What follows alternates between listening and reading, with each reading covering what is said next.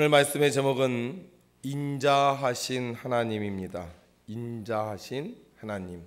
성경 말씀은 시편 107편 1절부터 9절까지입니다. 제가 한 절 읽고 여러분들이 한 절 읽도록 하겠습니다. 시편 107편 1절에서 9절. 여호와께 감사하라. 그는 선하시며 그 인자하심이 영원함이로다.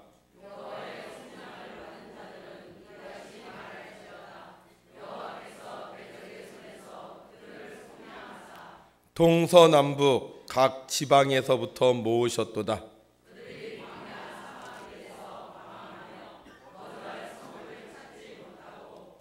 줄이고 목이 말라 그들의 영혼이 그들 안에서 피곤하였도다.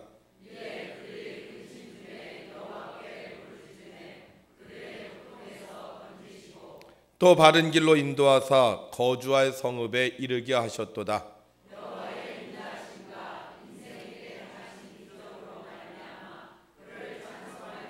함께 있습니다. 그가 사모하는 영혼에게 만족을 주시며 줄인 영혼에게 좋은 것으로 채워주심이로다. 아멘. 지난 한 주간도 주님의 뜻대로 살려고 애쓰고 수고하신 여러분들에게 하나님의 크신 은혜와 사랑이 함께 하시기를 주님의 이름으로 축원합니다. 특별히 제천서지방 연합성에 참석하여 함께 기도해 주신 여러분들의 모든 기도가 하나님께 응답되기를 바랍니다. 장례식장에서 있었던 일이라고 합니다. 남편을 여의고 한 부인이 울고 있었습니다. 관이 나가는 순간 여인은 관에 매달려 통곡하기 시작합니다. 주변에서 아무리 말렸지만 아내는 다른 사람의 시선을 아랑곳 하지 않고 그 관을 얼싸안고요 몸부림치면서 소리쳤습니다. 여보, 나를 두고 가면 어떻게 해요? 나도 데리고 가요. 나 혼자서 어떻게 살아요? 주변 사람들은 그런 여자를 보면서 정말 열려구나, 정말 남편을 사랑했구나 이렇게 칭찬을 마지 않았습니다. 그런데 관을 붙잡고 막 울다가 그만 머리카락이요 관 뚜껑 사이에 끼고 말았습니다. 한참을 울던 아내는 눈물을 닦으며 관에서 일어나려는 순간 자신의 머리카락이 꽉 붙잡혀서요 꼼짝을 할 수가 없는 거예요. 그 순간 아내가 생각하기를 이 관 속의 남편이 내 머리카락을 꽉 붙잡았다 이런 생각으로 착각이 들었습니다. 그래서 아내가 냅다 소리를 쳤습니다. 여보, 이거 나 안 가. 나 아직 갈 때가 안 됐단 말이야. 여러분, 우리가 붙잡아야 할 것은 관이 아닙니다. 뭘 붙잡아야 돼요? 하나님의 말씀을 붙잡아야 됩니다. 하나님이 우리를 사랑하십니다. 우리를 사랑하신 하나님의 말씀을 붙잡고 그 하나님을 믿는다면 오늘도 우리가 말씀을 듣기 전에 이렇게 두 손 들고 할렐루야로 하나님께 찬양하면 좋겠습니다. 우리 다 같이 할렐루야, 할렐루야. 아멘. 네, 오늘 두 손 들고 할렐루야로 찬양하신 분들 여러분들 잡혀가지 않고 장수하게 될 줄로 믿습니다. 오늘 성경에 보면 이렇게 말하고 있죠. 여호와께 감사하라. 그런데 그 감사하는 이유가 있어요. 왜 감사해야 돼요? 하나님이 선하시며 그 인자하심이 영원하기 때문이라는 거죠. 하나님이 선하시며 그 인자하심이 영원하다. 네, 별로 공감하지 않으시는군요. 그죠? 하나님이 선하시며 그 인자하심이 영원하십니다. 솔직히요. 우리가 이 처음에 아멘을 안 한 이유가 습관이 안 돼서 그런 게 아니라요. 이 하나님이 선하시며 인자하시다는 게 우리한테 확 와닿지 않아요. 네. 우리가 인자하다라는 말을 쓸 때는요, 인자한 모습을 그리게 됩니다. 그죠? 인자하다. 여러분도 한번 인자한 표정을 한번 적으세요. 아, 참 인자하다. 옆에 있는 사람 한번 보세요. 좀 인자해 보여요? 제일 인자해 보이는 분 어떤 분이 인자할까요? 자, 우리가 인자하다 그러면 저도 생각을 해봤는데요. 인자하면 이렇게 입이 벌써 이렇게 입술이 되고 눈은 어떻게 해요? 약간 감은 상태에서 이렇게 따뜻해야 됩니다. 그리고 좀 더 강하게 표현하면 이렇게 손을 탁 내밀고 이리 오세요. 이런 표현이 인자하다라는 그런 표현이잖아요. 그러니까 하나님이 인자하다면 어떻게 돼? 하나님의 그런 모습이 우리가 상상이 돼야 되는데 하나님의 이런 모습을 우리가 보지를 못해요. 왜요? 그분은 영이시기 때문이죠. 그러니까 우리가 하나님이 인자하다 그게 우리 마음속에요 확 와닿지가 않는 거예요. 그리고 솔직히 구약 성경에서 보면요 하나님이 인자하다라는 표현이 좀 잘 어울리지 않습니다. 우리가 구약에서 만나는 하나님은 어떤 하나님이에요? 전능하신 하나님, 만군의 여호와 하나님, 능력이 많으신 이런 하나님이시지 인자하신 하나님이라고 표현하기에는 좀 어려운 부분이 있다는 거예요. 하나님께서 사람들에게 직접 나타나시지 않았지만 하나님이 이 세상에 나타나실 때 하나님의 임재를 상징하는 표현이 있습니다. 그러니까 이게 나타나면 하나님이 오셨구나 하는 게 있어요. 그게 뭐냐면 구름 기둥과 불 기둥이었습니다. 이스라엘 백성이 출애굽할 당시에 하나님을 몰랐는데 이 구름 기둥과 불 기둥이 보이면 하나님이 오셨구나 이런 생각이 들었다는 거예요. 근데 여러분들 보세요. 지금 사진에 보이지만 구름 기둥 보면서 참 인자하구나 이렇게 느껴져요? 불 기둥을 보면서 인자하신 하나님 오셨구나 이렇게 느껴집니까? 모르겠어요. 막 이 불 기둥이 덩실덩실 춤을 추면서 이렇게 막 옆으로 퍼졌다가 이렇게 쫙 하면 좀 인자하신 하나님이 나타났구나 이렇게 생각할 수 있어요. 아니면 구름 기둥이 이렇게 눈도 생기고 입술도 생겨갖고 이렇게 웃고 있으면 인자하신 하나님이 나타나셨구나 이렇게 생각할 수 있을지도 모르겠어요. 그런데 불기둥과 구름기둥 우리가 상상을 해봐도요 인자하신 하나님과 굉장히 거리가 멉니다. 오히려 어떻게 해요? 무섭고 두렵고 그 앞에 서면 감히 내가 꼼짝할 수 없을 그런 임재의 상징이잖아요. 인자하신 하나님이 오시면 아마 밑에 병아리들이 삐약삐약 거리면서 올 거야. 아니면 아주 복슬강아지 조그만 것들이 막 왈왈왈왈 하면서 막 꼬리를 치면서 막 오면 인자하신 하나님이 오시는구나 이렇게 생각할 수 있는데 이 불기둥과 구름기둥이 오는 건 마치 커다란 불독이 앞에서 컹컹컹컹 거리면서 나타나는 것과 똑같다는 거죠. 그래서 구름기둥과 불기둥을 보면 인자하신 하나님이 나타나기보단 무서운 하나님, 두려운 하나님이 나타난다고 생각할 수밖에 없다라는 거죠. 아니나 다를까? 이스라엘 장로들이요 하나님이 임재하실 때 얼마나 두려웠는지 모세한테 부탁을 합니다. 뭐라고 부탁을 하냐? 하나님이 우리 너무 무서우니까 하나님이 우리에게 직접 말씀하지 마십시오. 하나님이 모세인 당신에게 말씀하고 그리고 당신이 우리에게 말씀을 전해 주십시오. 만약에 하나님이 인자하신 하나님이라면 굳이 모세를 통해서 말씀을 들을 필요가 없잖아요. 직접 들으면 되잖아요. 근데 하나님이 너무 두려우니까 하나님 너무 무서우니까 직접 듣는 것이 아니라 모세를 통하여 말씀을 들려달라고 할 정도였던 거예요. 그런데 오늘 성경은 뭐라고 얘기하고 있어요? 여호와 그는 선하시며 그 인자하심이 영원하미로다. 왜 성경은 하나님께서 인자하시다고 말하고 있는 것일까요?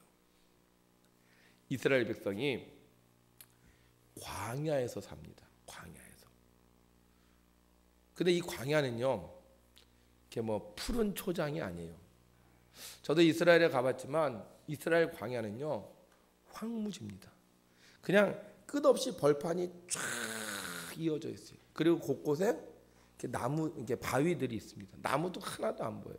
마치 우리가 어렸을 때 옛날에 이제 우리 도시 재개발했잖아요. 도시 재개발하면요 산을 이렇게 완전히 포크레인들이 싹 밀어냅니다. 그럼 어떻게 돼 있죠? 그냥 쫙 벌판이죠. 그리고 중간 곳곳에 이렇게 흙을 쌓아놓은 그런 모습이에요. 마치 이스라엘의 광야는 그렇게 쫙 넓고 황량하고 나무도 없고 풀도 없고 그냥 바위만 덩실덩실 이렇게 놓여 있는 거예요. 어디가 동쪽인지 어디가 서쪽인지 어디로 가면 물이 있는지 이걸 도저히 발견할 수 없는 곳입니다. 이 이스라엘 백성이 이 가나안 땅을 가기 위해서 이 방황을 하게 되는데 어디로 가야 될지 모른다는 거예요. 근데 하나님께서 어떻게 하세요? 이들을 인도하셨어요. 그래서 드디어 적과 꿀이 흐르는 가나안 땅으로 이들이 도착하게 하셨습니다. 그래서 정탐을 보내요. 12명의 사람을 정탐을 보냈더니만 정탐을 다녀온 사람들이 얘기하는 거예요. 그 땅 참 좋은 땅입니다. 그 땅 참 살기 좋은 땅입니다. 몇 사람만 얘기해요? 2사람만 얘기해요. 자 보세요. 지금 포도송이를 들고 오는데 포도송이가 얼마나 큰지 장정 2사람이요. 그 포도송이를 들고 들어와요. 그런데 나머지 사람들이 뭐라 그러냐 이렇게 얘기합니다.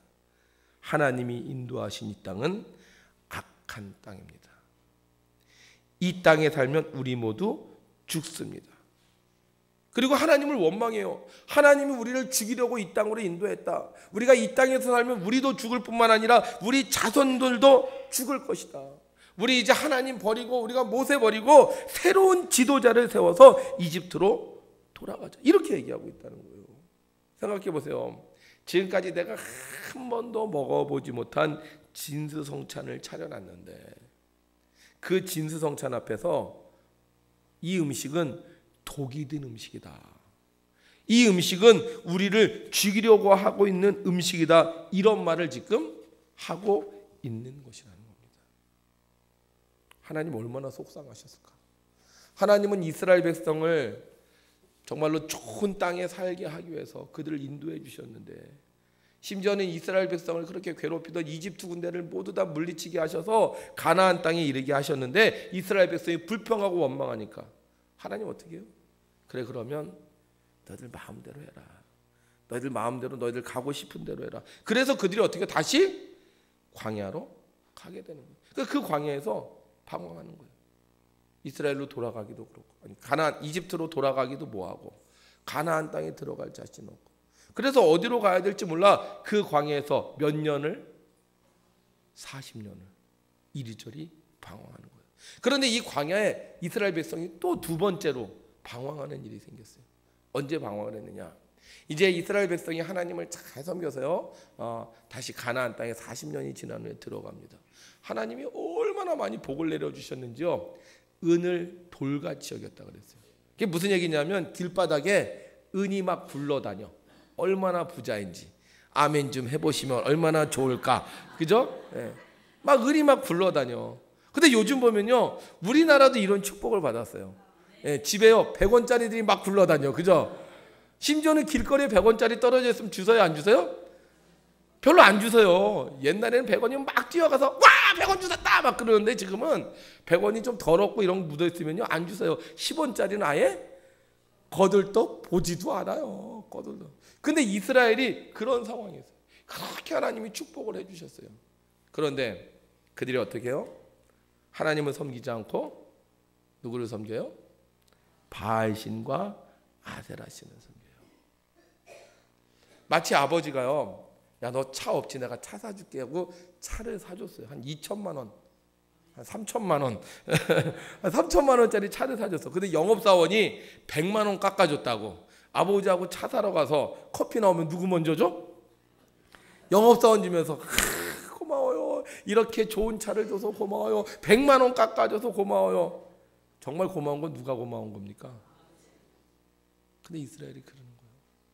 하나님이 가나안 땅 들어가게 하셨는데 하나님이 그렇게 축복을 해주셨는데 하나님보다 누가 바알신이 아세라신이 좋아서 그 바알신과 아세라신을 섬기는 거예요. 결국 어떻게 하나님이 그러면 너희들 마음대로 해라. 내가 너희들 지금까지 축복해줬는데 내가 너희들 지켜줘. 이제 너희들 마음대로 해라. 그래서 어떻게 이들이 자기 멋대로 살다가 바벨론이라는 나라의 포로가 되어서 다시 광야를 방황하게 됩니다. 다시 돌아올 기억이 없어요. 다시 돌아올 능력이 없어요. 다시 돌아올 힘이 없어요. 그런데 하나님께서 이들을 다시 가나안 땅으로 돌아오게 해 주셨다는 거예요. 제 친구가 강원도 춘천에서 목회를 했습니다. 근데 이 친구가 춘천을 너무 좋아해요. 그래서 제가 물어봤어요. 너 춘천이 왜 좋냐? 그러니까 거기엔 산도 있고 바다도 가깝고 호수도 있고 뭐 레저도 잘 돼 있고 막 쫙 얘기를 하더라고요. 그래서 제가 또 물어봤어요. 그 춘천 사람들은 어떠냐? 이렇게 물어봤어요. 여기 혹시 강원도 춘천 출신 있으십니까? 야, 희한하네. 일부 예배 때도 물어봤는데 한 사람도 없었어요. 근데 이 친구가 그러는 거예요. 강원도 춘천 사람 너무너무 좋대. 그러면 저한테 하는 얘기가 강원도 사람들이 일컬어 뭐라 그런다? 감자 바오라 그러지 않냐. 그러니까 강원도 사람들 너무너무 좋다는 거예요. 혹시 강원도 사람 계세요? 한 분, 두 분, 세 분, 네 분밖에 없네. 강원도 사람들 너무너무 좋다는 거예요. 그러면서 막 칭찬을 하는데 제가 찾아봤어요. 왜 감자 바오라 그럴까? 그랬더니만 이게 바위가 많은데 감자가 이렇게 나서 감자 바위라 뭐 이렇게 얘기하는 사람들도 있는데, 태조 왕건이 쓴 훈효십조에 이런 말이 있다는 거예요. 강원도는 산세가 크고 웅장하며 그 기상이 빼어나고 그 정기를 받은 강원도 남자는 천성이 무겁고 듬직한 것이 바위와 같아 그 믿음성이 첫째요 맡은 바 임무를 수행함에 사욕이 없고 담백하니 그 또한 나라의 보배라. 후대 임금의 자리에 앉는 자 마땅히 이 점을 마음에 깊이 새겨 인재를 등용함에 있어 반드시 참작하도록 함이 옳다. 그러니까 강원도 남자가 좋다는 거야. 믿음직스럽다는 거예요. 그러면서 이 친구가 강원도 사람들 너무너무 좋아. 그런데 한번 삐지면 그걸로 끝이래요. 다른 사람들은 이렇게 좀 삐졌다가도 풀고 그러는데 강원도 사람들은 참 착한데 한번 삐지면 그걸로 끝이라는 거예요. 와, 그 말 들으니까 겁나더라. 우리 이런 말 하잖아요. 착한 사람이 화나면 더 무섭다고. 자, 그렇다면 우리 하나님은 선하시고 인자하시다고 했는데요. 한번 화나면 우리 하나님도 안 돌아보실 수 있거든요. 그렇잖아요. 그런데 오늘 성경은요 2절 이하에 이렇게 말씀하고 있습니다. 여호와께서 대적의 손에서 그들을 속량하사. 우리 하나님 선하시고 인자하신 하나님인데요, 이스라엘 백성이 하나님을 너무 힘들게 했어요. 하나님 너무 속을 썩였어요. 하나님이 율법을 주셨는데 율법을 안 지키고요, 하나님이 축복을 주셨는데 그 축복으로 이방인을 섬기고요, 심지어 그것도 모자라 하나님을 원망하고 하나님을 욕하고 하나님을 피했어요. 아무 공로 없지만. 그런데 하나님이 어떻게 그들을 구원하셔서 돌아올 수 없는 가나안 땅 이스라엘에 다시 돌아오게 해 주셨다는 겁니다. 진짜 선하고 진짜 인자한 것이 뭘까요? 진짜 선하고 진짜 인자한 것, 저는 그렇게 생각해요. 화내야 하는데 화를 안 내고, 성질을 부려야 되는데 성질을 부리지 않는 것, 그것이 진짜 선하고 진짜 인자한 것 아닐까. 인자한 할아버지는요 수염을 잡아당겨요. 그래도 어떻게 해요? 허허 이렇게 웃습니다. 진짜 인자한 할머니는요 이렇게 방을 닦을 때 어린아이가 허리에 올라타서 이랴 해도요 웃으면서 방을 닦는 할머니가 진짜 인자한 할머니입니다. 좀 인자하지 않은 할아버지는 어떻게 해요? 수염을 딱 잡아당기면 야 끼놈아 어디 버릇이 없이 소리치는 할아버지입니다. 인자하지 않은 할머니는 어때요? 방 닦을 때 허리에 올라가기도 전에 야 방 치워야 되니까 나가, 얼른 나가, 이렇게 하는 사람입니다. 그런데 우리 하나님은 어떻게 하셨죠? 하나님 원망하고 하나님 뜻대로 안 했는데 마치 숟가락을 뿌리치면서 밥 안 먹겠다고 하는 아이를 달래듯 우리를 먹이시고 입히신 하나님이셨습니다. 처음엔 몰랐어요. 처음엔 알지 못했습니다. 그냥 하나님 말씀이 없으니까, 그냥 하나님 가만히 계시니까 하나님에 대해서 몰랐습니다. 그런데 그들이 이스라엘 땅에 돌아와 보니까 깨닫는 거예요. 내가 올 수 없었는데, 내가 복을 받을 수 없었는데, 내가 다시 이 은혜를 누릴 수 없었는데 하나님 나를 인도해 주셨구나, 하나님 나를 사랑해 주셨구나, 하나님 나를 축복해 주셨구나, 이게 깨달아지는 거예요. 그래서 그들이 고백하는 거예요. 우리 하나님 진짜 선하고 진짜 인자하신 하나님이다. 만약 하나님이 인도하시지 않았다면 그들은 그 광야에서 방황하다 끝났을 겁니다. 어디로 가야 할지 몰라 이리저리 헤매고 말았을 것입니다. 이곳에 물이 있는 줄 알고 갔더니 물이 없고, 저곳에 가면 안전할 줄 알았더니 저곳에 적이 있고, 도망다니기에 바빴을 것입니다. 하나님이 지켜주시지 않았다면 그는 목말라 죽던지 배고파 죽던지 다른 나라의 공격을 받아 광야에서 그들의 인생을 끝냈을 것입니다. 그러나 하나님이 도와주시니까, 하나님이 인도해 주시니까 광야에서 헤매지 않고 가나안 땅으로 돌아올 수 있었고, 하나님이 지켜주시니까 다른 민족과 싸워 이길 수 있었던 것입니다. 방황하고 죽을 수밖에 없었던 이스라엘 백성이 가나안 땅으로 돌아온 것, 이것은 매우 놀라운 일이었습니다. 그래서 이스라엘 백성들은 이런 자신들의 모습을 보고 8절에 이렇게 고백합니다. 우리 함께 1절 시작. 여호와의 인자하심과 인생에게 행하신 기적으로 말미암아 그를 찬송할지로다. 아멘. 이건 기적이야. 우린 여기 돌아올 수 없어. 힘도 없고 능력도 없어. 지혜도 없어. 그런데 우리가 돌아왔어. 이거는 기적이구나. 그렇습니다. 도저히 불가능한 일이 이루어졌습니다. 받을 수 없는 은혜를 받았고 누릴 수 없는 축복을 받았습니다. 그래서 시인은 고백합니다. 여호와께 감사하라. 그는 선하시며 인자하시도다. 성도 여러분, 하나님은 어떤 분이십니까? 시편 기자의 고백처럼 정말 선하시며 인자하신 하나님이십니까? 전 저걸 보면서 굉장히 불안했어요. 야, 저러다 한번 부딪히는 거 아닐까? 저러다 싸우는 거 아닐까? 어떻게 부부는 그렇게 오랜 세월을 같이 살 수 있을까요? 처음과는 많이 달라졌는데, 말도 달라지고 생각도 달라지고 행동도 달라졌는데, 의견도 안 맞고 서로 성격도 틀린데 어떻게 저렇게 오랫동안 살 수 있을까? 참 희한한 건요, 그래도 둘 중에 하나는 선하고 인자하다는 거예요. 네, 남편이 막 신경질 내고 막 짜증내면 아내가 선하고 인자해. 그죠? 아내가 막 화내고 성질내도 그때는 남편이 선하고, 기가 막혀요. 어떻게 이렇게 타이밍을 맞추는지 모르겠어요. 만약에 두 사람 다 막 화내고 막 성질내면 그때는 뭐 큰일 나죠. 근데 희한한 건 한 사람이 꼭 그렇게 화나면 한 사람은 인자해지고, 한 사람이 막 성질내면 또 한 사람이 그걸 받아주고. 그래서 부부싸움은 칼로 물베기라고 하는 것 같아요. 그래서 지금까지 우리가 살아가는 것 같아요. 여러분, 우리가 왜 하나님께 감사해야 할까요? 하나님은 우리가 하나님의 마음을 아프게 할 때요, 같이 화를 내지 않으시더라고요. 우리가 하나님을 속상하게 할 때 하나님이요 꾹 참고 계시더라고요.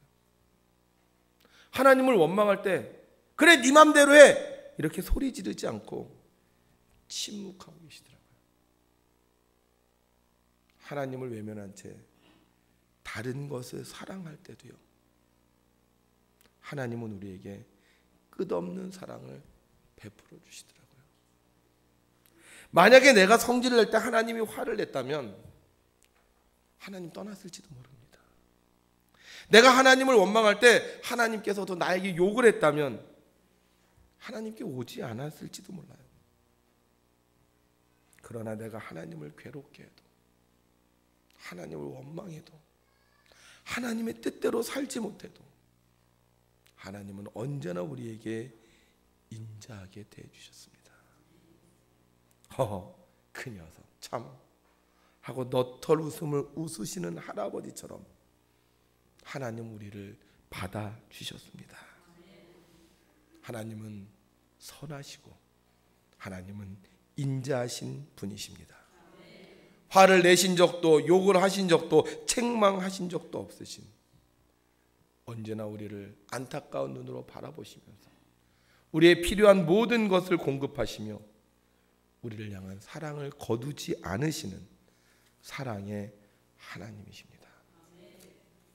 감사는요, 이런 하나님을 아는 사람이 드릴 수 있는 겁니다. 이런 하나님을 알지 못하는 사람은 하나님께 감사하지 못합니다. 조그마한 힘든 일이 있고 어려운 일이 있으면 하나님께 불평하고 원망합니다. 다른 사람들을 통하여, 다른 방법들을 통하여 그 문제를 해결하려고 합니다. 그러나 하나님의 선하심과 하나님의 인자하심을 아는 사람은 어떤 환경에 처해 있다 할지라도, 어떤 어려움에 처해 있다 할지라도 하나님께 감사하는 것입니다. 오늘 우리는 성찬을 대합니다. 그런데 참 이상한 건요, 우리가 이 성찬을 대할 때 이 성찬이 우리를 거부한 적이 없다는 거예요. 저는 모태신앙이라서 초등학교 때부터 성찬을 받았습니다. 그런데 그때마다 목사님께서 꼭 그러셨어요. 여러분들 중에 마음에 거리낌이 있는 사람은 성찬을 받지 마십시오. 근데 그 말을 딱 들으면요, 꼭 나한테 하는 것 같았어요. 나 어저께 친구랑 싸웠는데? 나 욕했는데? 나 기도 안 했는데? 그럼 내가 성찬을 받지 말아야 되는 거 아닌가? 그런 마음이요, 제 마음에 드는 거예요. 그런데 또 성찬 안 받으면 또 그것도 이상할 것 같아서요, 그 두렵고 떨리는 마음으로 제가 성찬을 받았습니다. 근데 성찬을 받을 때 하나님이 저한테 너 죄인이지? 너 못된 짓 했지? 너 욕했지? 너 시기했지? 너 기도 안 했지? 이렇게 얘기하지 않으시더라고요. 나는 굉장히 불안한 마음으로 성찬을 대했는데요, 성찬을 받고 나서 배가 아픈 적도 없었고요, 몸이 붓거나 한 적도 없었어요. 성찬을 먹으면 이상하게 마음이 편안해지고요, 어떨 때는요 온몸이 찌릿찌릿하면서 기분도 좋아지고요, 하나님이 날 사랑하시다는 걸 느끼게 되더라고요. 그 숱한 세월 동안 우리가 깨끗하게 살 수 있었을까요? 정말 성찬을 받을 만큼 우리가 온전한 삶을 살 수 있었을까요? 그렇지 않아요. 그런데도 불구하고 하나님은 여전히 끊임없이 저에게 성찬을 베풀어 주셨고, 오늘도 성찬을 받을 수 있는 이 자리에 나를 인도해 주셨습니다. 오늘 우리는 성찬을 먹을 것입니다. 내가 거부하지 않는 이상, 내가 기독교인이 아니라 나는 성찬을 먹지 않겠습니다라고 회피하지 않는 이상 우리는 이 성찬을 먹을 것입니다. 아마 다음 달부터는요, 감리교 법에 의하여 세례받지 않은 자는 성찬을 먹을 수 없게 됩니다. 그럼에도 불구하고 감리교 법을 어기고 성찬을 먹었다 할지라도 하나님이 그를 거꾸로 때리거나 아프게 하지 않을 것입니다. 오히려 내가 믿음으로 하나님께 감사하며 성찬을 받는 자에게 하나님은 은총의 수단이 되어 우리에게 은혜를 베풀어 주실 것입니다. 하나님은 어떤 분이십니까? 성경은 이렇게 말하고 있습니다. 함께 했습니다. 시작. 그가 사모하는 영혼에게 만족을 주시며 줄인 영혼에게 좋은 것으로 채워 주심이로다. 아멘. 그가 잘난 영혼에게, 그가 착한 영혼에게, 그가 하나님의 뜻대로 한 영혼이 아니라 내가 죄를 지었을지라도, 내가 하나님의 뜻대로 못 살았을지라도 사모하는 영혼에게, 줄인 영혼에게 좋은 것으로 채워주시는 선하시고 인자하신 하나님이십니다. 여러분, 하나님이 선하시고 인자하심을 믿는다면 오늘 성찬을 믿음으로 받으시고 하나님께 감사하는 여러분이 되시기를 주님의 이름으로 부탁합니다. 더 이상 세상에서 방황하지 말고 하나님께 원망하지 말고 언제나 선하시고 인자하신 하나님 전에 나와 오늘도 나를 부르신 하나님, 내게 성찬을 베푸신 하나님께 감사하며 기도할 때 하나님은 우리의 모든 과거의 죄를 용서하여 주시고 우리의 인생을 복되고 형통하게 축복해 주실 줄을 믿습니다. 여러분, 하나님이 선하시고 인자하심을 믿으십니까? 만약 여러분들이 그 하나님을 믿는다면 저는 여러분들에게 주님의 이름으로 부탁을 드립니다. 하나님께 감사하십시오. 선하시고 인자하신 하나님께 감사하십시오. 이번 11월 셋째 주는 추수감사절입니다. 저는 이 셋째 주일날 여러분들이 하나님께 나오셔서 예배하셨으면 좋겠습니다. 그날은 일부 예배가 없습니다. 그래서 2부 예배 드리고요, 그 다음에 오후 3시에 우리가 감사 예배 드립니다. 정말 여러분들이 하나님께 감사하다면 11시 예배 우리 함께 드리고 오후 3시 예배 감사 예배 드렸으면 좋겠습니다. 여러분들이 좀 더 하나님께 감사한다면 여러분들이 오후 3시 예배 드릴 때 그냥 구경만 하지 마시고 여러분들의 재능으로 선교회별 발표를 통해서 하나님께 감사했으면 좋겠습니다. 내가 좀 더 하나님께 감사할 수 있는 분은요, 여러분들이 예배도 드리고 선교 발표회도 하고요, 예물을 드려 하나님께 감사했으면 좋겠습니다.